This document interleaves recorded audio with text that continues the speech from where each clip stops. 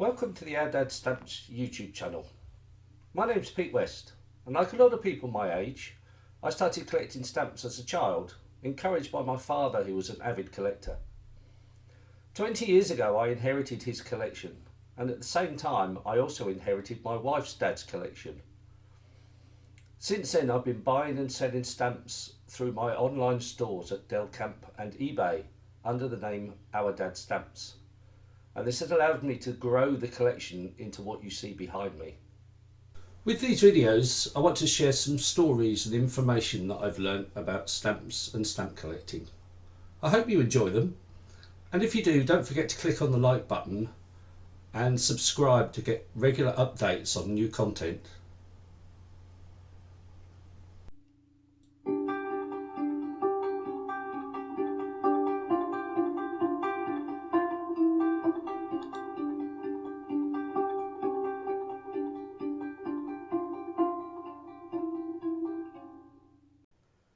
Well, hello again from Our Dad Stamps. I'm pleased to say we are joined again today by Sheila, so welcome Sheila. How are you? I'm good, thank you, and it's nice to be back. A few weeks ago I received a package of stamps from Malaysia and Malayan States, and it prompted me to thinking how complicated it can be to look at Malayan stamps and how to sort them. So I thought we'd do today's podcast all about Malaya, Malayan States and Malaysia. As I said, it's quite a complicated system, especially initially. And I have to say, when I first started collecting stamps, I thought the Straits Settlements and Federated Malayan States was actually the same place, just called a different name. But as we will soon find out, they're entirely different entities and produced their own stamps for several years. The Straits Settlements was founded in 1826, long before stamps were thought of and were used, and it consisted of the states of Penang, Malacca, Singapore and a place called Dinding, which eventually became part of Penang. And those were the main trading points of the region at the time, so it was eventually colonised by the British as part of the empire. And initially, the states of Malaya used Indian stamps for all their postage. So if you look at early Victorian stamps, you may be lucky enough to find some with postmarks from some of the Malayan states. And if you do, they're extremely rare and well worth collecting. They generally have different numbers and different symbols in them to denote that they were from the states. And it's not something I want to go in at this stage, but if you're interested in that, then have a look at the postmarks for the Straits Settlements. It could be very lucrative to you. As I said, initially they started using Indian stamps, and in 1867, Indian stamps were overprinted with a crown and a value to denote that they were being used in Malaya. And then in the same year, the Straits Settlements issued their own stamps, and they were to be used by all of the Malayan states for sending post overseas. So when you said they were overprinted with the crown, does that lead me to believe there was a connection with the Queen and the Commonwealth? No. Absolutely, yeah. Yeah? Yes, Malaya was part of the British Commonwealth, and India was obviously the centre of the empire as such. And as India was a lot nearer Malaya than England was, it was easier to use Indian stamps, and it was part of the Crown colony. So they had as I said, a crown and a value written. So rather than produce a completely new stamp, they used the original stamps but just overprinted with the crown. Them, yeah. I think that's actually quite a nice idea. Was it gold, hopefully? No, it's just overprinted in black, I think, in most cases. They should have done it in gold. In actual fact, Indian stamps were used throughout the Middle East and the Far East. Sometimes overprinted, sometimes just with the local postmark on them. So if you ever end up with a huge stack of Victorian Indian stamps, it's worth looking closely at the postmarks to see if you've got any that are posted outside of India. And of course, if you have, please let us know. Absolutely, yeah. They are quite valuable, so it's certainly worth a look. Anyway, the Straits Settlements, as I said, it was Penang, Malacca, Singapore. In 1886, they were joined by the Christmas Isles and the Cocos Isles, also used Straits Settlement stamps. Now, they're quite a way away from Malaya, so I'm not quite sure how they got involved. And eventually Labuan as well, which is off the coast of North Borneo, used stamps of Straits Settlements. So there was quite a few areas that used them. And Straits Settlement stamps are quite common. There's a lot of them around. Some valuable, some very, very cheap, but certainly worth looking at. The other major grouping was, as I've already mentioned, the Federated Malayan States. This was actually formed in 1896, and it was a different lot of the states of Malaya. Selangor, Perak, Negri Sembilan and Pahang joined together to make the Federated Malayan States. And they produced stamps from 1900 till 1934.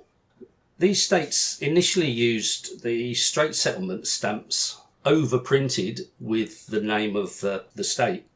And then round about 1890, they started using their own stamps for local issues, but Straits Settlement stamps were still used for overseas post. And within those states, Negri Sembilan, there was another state called Sungai Ujong. Now, I hope I've got all these pronunciations right. Anyway, Sungai Ujong originally produced their own stamps for just a few years before it was absorbed into Negri Sembilan.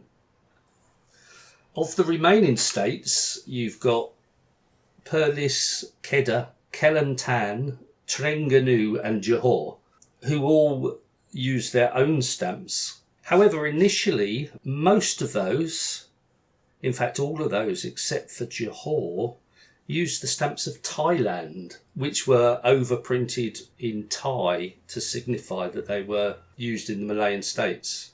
That is something I've only learned recently, and I've never had a look at stamps of Siam, or Thailand Siam as it was then, Thailand as it is now, to see if there's any that may have slipped through that were actually from the States. As I said, they used the stamps of Siam initially, and then round about 1910-ish, they then started printing their own stamps and went from there. So you get, when you're collecting stamps from Malaya, you get Straits Settlements as one group, you get Federated Malayan States as another group, and you get all the individual states as well. So there's a whole range of things to collect. And then, just to complicate things even more, during the Second World War in 1942, the Japanese occupied Malaya, and they took all the stamps from the different states, including some of the Straits Settlement stamps, and overprinted them in Japanese to show that they were occupied. And I have an example of this, which is a little bit strange, and I'm still trying to get to the bottom of this particular stamp. It's actually a King George V stamp, overprinted with the Japanese inscription. The problem with that is, of course, King George VI was on the throne when they occupied Malaya. And as far as I know, only King George VI stamps were overprinted, or local stamps were overprinted. So I'm left with the conclusion that either this is a forgery, but if it is a forgery, why would someone bother to forge it on an obviously incorrect stamp? Or it is possible that there were a few King George V stamps left over, and some local Japanese commander decided they might as well use them up and stamp them as well. I don't know the answer to this question, but as always, if anybody out there that's listening to this or watching this can shed some light on this stamp, it would be really interesting. I thought you were going to say the possibility this stamp is worth a fortune. Well, of course, there is always that possibility, but I'm erring on the side of the fact that it's a forgery. In actual fact, there's an identical stamp of King George VI, which if it was that one, this would be worth about £400 or £500. But as I said, it's King George V, which, according to the catalogues, doesn't exist. My guess is maybe it was someone testing one out before they made a proper forgery, but you never know, it might be genuine. After the war, obviously, the British administration took over, and you find a load of Straits Settlement stamps overprinted with BMA, which stands for BMA Malaya, which stands for British Military Administration Malaya. And then by 1948, the Malayan states got together and formed the Federation of Malaya and started producing their own stamps, followed by independence in 1957, and eventually in 1963 changed the name to Malaysia, and from then on we get the stamps as we know them today of Malaysia. Just a few interesting points if you're collecting the states of Malaya. After the war, from sort of 1946 onwards, all the states produced their own stamps, and most of them used the same design and just used the local sultan or the local emblem in its place. So you can collect a whole range of stamps that look ostensibly the same, but just with a different picture in. And one of the ones that was commonly used was the King George VI Straits Settlements set, which had palm trees either side of an oval with the king's head inside it. And what the states did was to replace the king's head with the head of their local sultan. It makes quite an interesting display if you've got them from every different state. But one thing to look out for, or there's two things to look out for actually.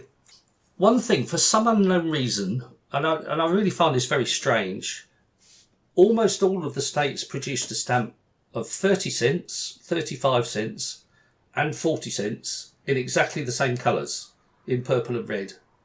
And they, at first glance, they look exactly the same. So for the postman, it must have been a nightmare trying to work out whether the right value stamp was put on there. But also, there's more than one collection I've found where it's been put in the wrong place. So there's a whole load of 40-cent stamps together, but one of them's a 35-cent stamp. And what you'll find in almost all these sets is that one of those three values is worth significantly more than the other two. So you'll get one here that I've got from Trengganu where the 40-cent stamp is worth £16, or catalogued at £16. The 30-cent stamp is only £1.25. So if you can find a 40-cent one in the middle of a load of 30-cent stamps, it's worth looking at, it's worth looking for. The other problem you're going to have with stamps from the states of Malaya is quite often the name of the state was written in Arabic script, which for many people is impossible to read. And when you've got just one of these stamps, trying to match it up, trying to find which state it comes from is quite difficult. My advice would be to look at the picture, look at the Sultan in the middle and match up the Sultan, rather than trying to match up the writing. They all look different. Quite often they have different headgear. And obviously it makes a difference with value. It makes a difference when you're getting a collection together. So again, that's something to look for.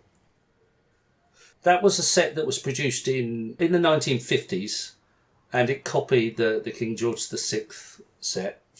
From then on, the states have continued to produce stamps sporadically.